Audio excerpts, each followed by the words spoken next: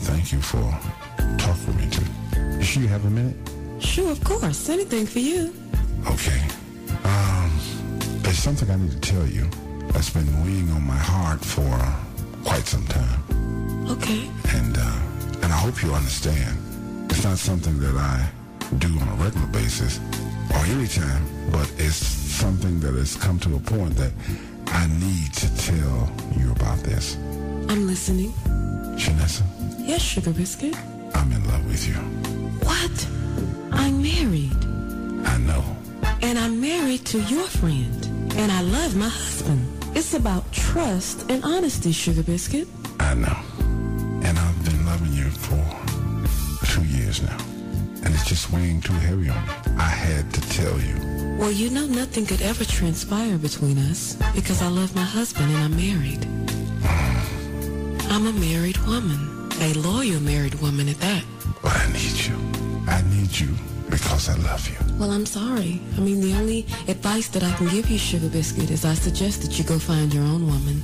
Because this woman right here belongs to someone else. Leave that man's wife alone.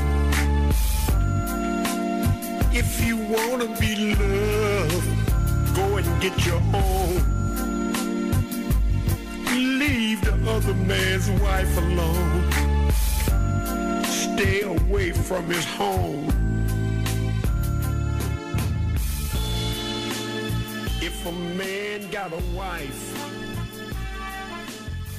he goes to work to have a life.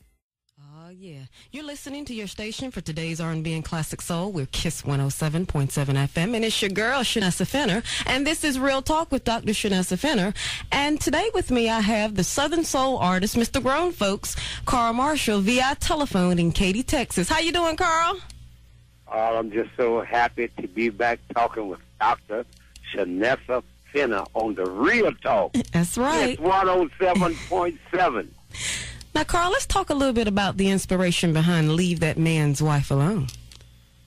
Well, the inspiration behind Leave That Man's Wife Alone is very personal. I really can't tell it all, but I'll tell some of it. Okay. You know, I know that the greatest respect that a man could give to another man is to leave that man's wife alone or his woman. Mm-hmm. And I would put the woman in it, too, because some guys are with certain women that will be their wives, you know. Mm-hmm. So I think that if a man knows that this is a man's woman, he should stay out of the way of that man's woman territory, giving her problems, because many times the woman don't know how to say no to a man that's really being a man. Mm-hmm. But I think that it's so much disrespect just because we have an opportunity and the woman is vulnerable to disrespect the other man. The man should not have to depend on lack of trust in his woman.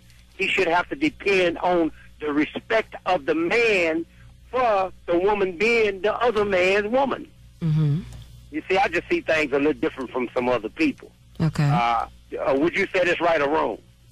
I see what you're saying. I feel that there are plenty of single people out there, and that's, of course, someone that you can date versus someone who's already taken. I concur. Yeah, because there's a lot of danger in that, you know. I think we just should stay out of the way of situations like that. And many women ask me time and time after again, why you do not put a song about tell the woman to leave that other woman's husband alone? I said, well, that's not my responsibility. Mm-hmm. My responsibility is to talk to the men. Okay. Now, we would have to find a bold woman to talk to the woman. That's right. why I love to write female songs, Mm-hmm. because you can say whatever you want to say, but a man have to be very careful of what he said about a woman, Mm-hmm. even if he knows that it's true or false. Sometimes he just can't say it because it's less than a man to say things, even though you know that it's right or wrong, when you shouldn't open your mouth to say it. Okay. Most men know that we cannot tell a woman everything that we would like to tell her, but a woman can tell a man anything and get away with it. That's true. Now, Carl, you were talking earlier about struggling Southern Soul artists, and so why do Southern Soul artists struggle? I believe that they struggle, first of all, because the odds are against them, and they do not wake up to see the light. And the light to come away from the fight is to pull together, respect, and support one another. And they just don't know how to do that. Instead of loving, supporting, they backbiting, they play hating, they doing all the wrong things against one another. So if we can get everybody to come together and realize that the odds are against us and pull together, respect, and do things with one another, I think that we can overcome all of these troubles. It's just like a man and a woman. If the world is against a man and a woman, well, who else do you have to depend on? You just have yourselves to depend on. So if that man and woman would join hands together, they will come through the troubles. Well, that's the same thing with the Southern Soul struggling artists out here. My definition and my answer for that is to learn how to love, to humble yourselves down, get off your ego trip thinking that you're more than who the next person is, and realize that you're not any more important than the next person. Love, respect, support, and help hold them up, not put them down. And I think that we can overcome these troubles. Okay.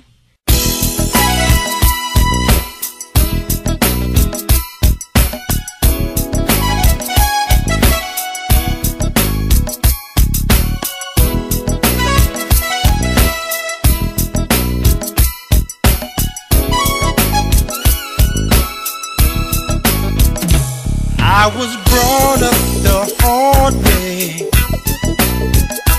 Work for 50 cents a day. Didn't have a car to drive. Places I walked every mile. I was lonely, hungry, broke. Didn't have any hope. Oh no. Doors closed in my face. Friends I thought I had make me feel so bad. Nobody can tell me nothing about not having what you need. 'Cause I believe I lived it all.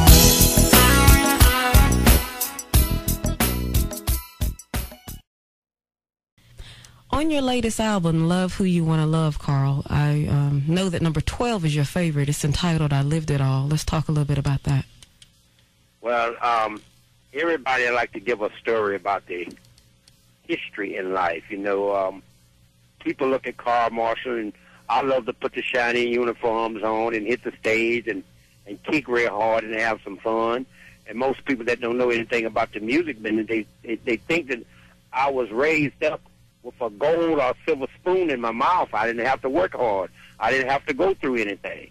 But at the age of 10, I was raised up on a farm because my mother and father separated at the age of 2. And my mother, she lived in the city of New Orleans, and my father, he lived in a little country town. So they had to split the difference up with who was going to keep me at certain times. So times I spent with my mother, and times I spent with my father. And the time that I spent with my father, he lived on a farm, and we farmed. So at the age of 10, I was plowing in the field behind a mule, saying, gee, saying, ha, whoa, get up.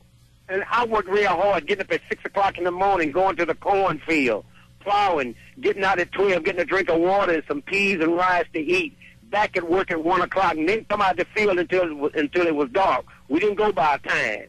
And when I was growing up, we couldn't even look at a whole movie on television because my father gave us a time to look at television. He didn't give us a movie to look at. He said you can look at television from 7 o'clock to 7:45.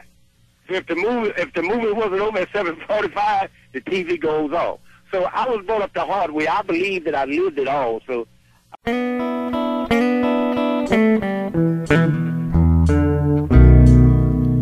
Alberta, Alberta, don't go to the store wearing your dress that's short. No, you don't. No, you don't. No, Alberta, Alberta, Alberta, don't walk to the store wearing your dress that's short. no, you don't. If I catch another man trying to put his hands on you, Alberta, you know what I'll do. Because I love you. I don't wanna fight, I don't wanna fight. 'cause another man is trying to hold you tight. Now, on the album, Carl, your latest album entitled Love Who You Want to Love, you know, one of my favorites is Alberta. Tell me the inspiration behind Alberta. Well, the inspiration behind Alberta, you know, as I would say, growing up in a little country town, my father was a guitarist, and after coming out of the field, working so hard all day long, he would sit on the porch in the nighttime while the mosquitoes was biting. He would pull his guitar out, and he would start playing some of that Delta blues. And I was just a small kid, but you know, when the real man is in you, you're going to think about a female even at a young age. So my father used to sit on the porch playing his guitar, and the first thing went through my head, I said, wow, if I could play like that, I'd get all the girls. And that really inspired me to get to play the guitar, but my father did not allow us to touch his guitar. So when he leave home, he would put his guitar behind the door and said nobody go in and touch this guitar. So I decided one day to steal the guitar and go under the house and play it. So I went under the house, and the first thing that I did to the guitar, I started winding on the strings. And I played with it until I got tired, and then I brought it and put it back behind the door. So when he got in, he pulled his guitar out, and he was sitting on the porch getting ready to play. And the first question he asked, who been messing with my guitar? And I'm wondering, how did he know that somebody messed with his guitar? He must be a god or somebody. And he started winding on his strings, tuning the guitar back up. So the first thing I said, Daddy, I don't know who been messing with your guitar, but if I see who messed with your guitar, I sure will let you know. I said, how you know somebody was messing with it? He said, because they have it all out of tune. He wound on the strings and put it back in tune. So the next time he left, I said, I'm going to spill it again. But I know not to touch the strings. So when he left the next time, I stole the guitar. I went under the house, in the dirt, and I started playing with it, and I wound on the strings, and I was blessed from a little kid to be able to hear. I would wind it in one position and listen to it, and wind it right back to where he left it.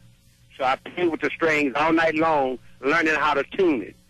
And when he came back that night, he picked his guitar up. He didn't say anything. He just started playing some stuff like Alberta.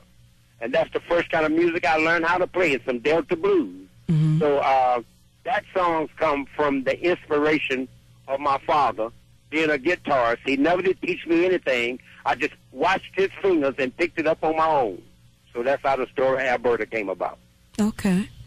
You're listening to your station for today's R&B and Classic Soul. We're KISS 107.7 FM, and this is Real Talk with Dr. Shanessa Fenner. My guest this evening is Mr. Carl Marshall, a Southern soul artist better known as Mr. Grown Folks, and we've been discussing the life of a Southern soul artist right here on KISS 107.7 FM. Are you ready for love? I just want to thank you.